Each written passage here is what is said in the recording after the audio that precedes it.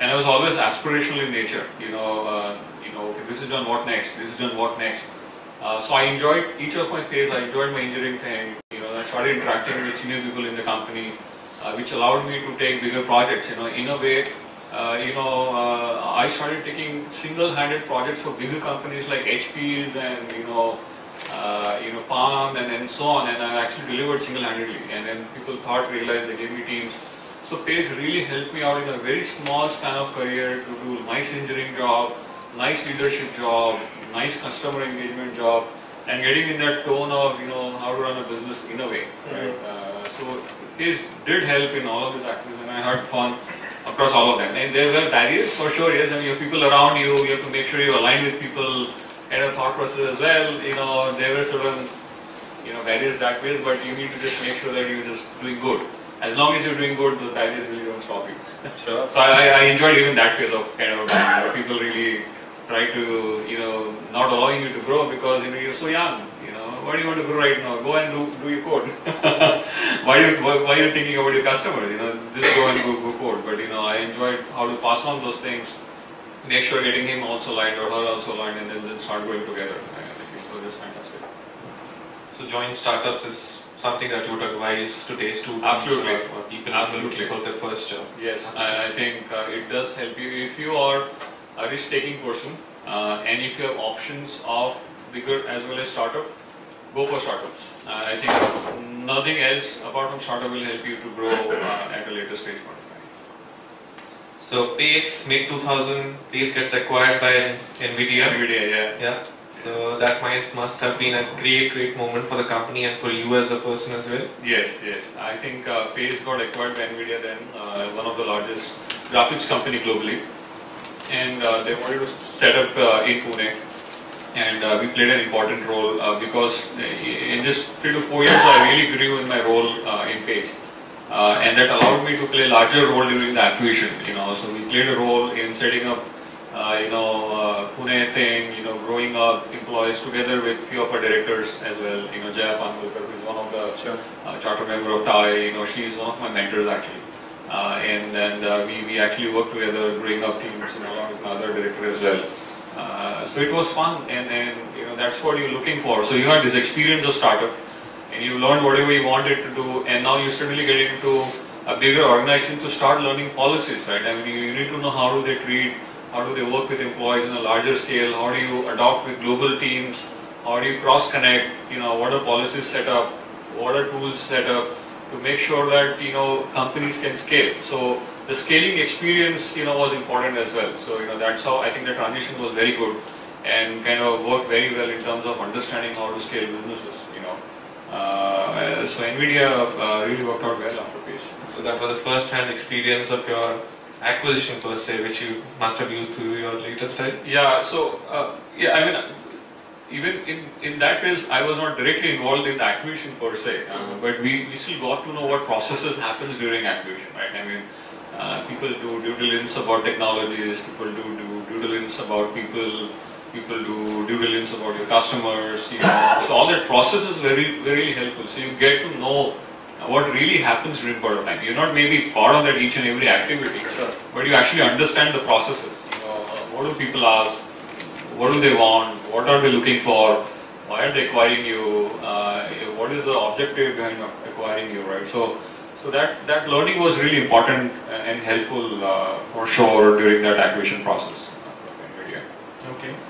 So, and after NVIDIA, what next? What happened after that? Did you join the Texas Instruments of the world? Or? No, I think I just NVIDIA spent quite a bit amount of time, and I just realized that my seat is getting cold. I need to warm it up again. So I got again impatient about looking at what next, what to do next, what to do new, how to grow, and it was very important to move out, to learn some new culture, to take some bigger responsibilities, and it was just right, beneath this floor, third floor Bilcare Limited, and Bilcare was looking to start a new technology division, and they were looking for really experts in technologies and consumer electronics. Who can understand software well, IT side as well as on the consumer electronics devices side. and that's why I got hired to build up their technology infrastructure for Bilker, and they were really doing some nice stuff. Building some healthcare solutions, building some healthcare devices at that part of time. I just didn't take, no second thoughts, I just jumped into it. There were kind of apprehensions from my family, why are you leaving NVIDIA and joining Bilker? You could have actually gone to US and stay with NVIDIA there, if you really wanted to grow that way. So, but it was important to again understand, and I had this patriotic kind of thing that whenever I do, I'll start out of India, whatever it is, its nature of, and it was important then to learn Indian culture in a way, and Bilker was a perfect fit for that. How do people work? You go to Indian customers, how do they really react? When you're pitching them, how do they react? The pricing is $1 million. Why is $1 million pricing? I can do this in $10,000. So you need to understand those kind of interactions as well. So, but having said that, Bilker primarily I joined to grow from one role to other role, to take larger responsibilities, and to build something again from scratch. Not only teams, but products, but customers, but business. Directly interact with their founder chairman. Directly interact with their CEOs. Understand what are their thoughts, what are their goals, what are they looking out, what are the nuances in between, when you have so many senior people driving it, what may happen and how do you align with them and so on, right? So that was a perfect experience in Bilker, and that was the sole reason I left NVIDIA, joined Bilker to learn all of those things, and that actually helped me in learning about vendor management, learning about how to work with companies like IBM, SAPs in terms of partnerships, do something on your own, take your bag, go out, find out the vendor on your own, take your bag, go and find out your partner on your own because you want to build it. And that helped a lot, as a startup community. And I think that's where I started now realizing that I want to start actually seeding what I want to do now. From a startup perspective, what do I want to start with? Where do I want to start with? Which industry I want to focus on? And so on things. So I started that thought process within Bilker. So I would say Bilker was one of my seeder in terms of allowing my thoughts that okay, now is the time to think about that. Maybe that's what they didn't want. But yeah, that's the time frame I realized that okay, now I have enough learning about initial startups. Enough learning about a global organization like NVIDIA, enough experience in companies like Bilker, listed company, and building something from scratch as a business. And then now what next do you want to do from your own perspective? So I started out making out business plans, product ideas, running it around across my earlier CEOs, my earlier networking, whatever I built across large companies, and then started feeding them what do you think, what not, and then I actually did maybe around 2-3 business plans, and that's the time So that was the starting tip. Yes. Yeah. People who have had Bilker as their customers would get the truth that he just said. So, although not a startup, a very stable kind of a job, MNC, although they gave you a role which needed you to start off something within the company in a different domain altogether. Yeah. And with responsibilities that were independent by themselves, and also given the challenges of a startup. Did that kind of give you the confidence that you were ready for your leap into the startup world? Yeah, I think absolutely.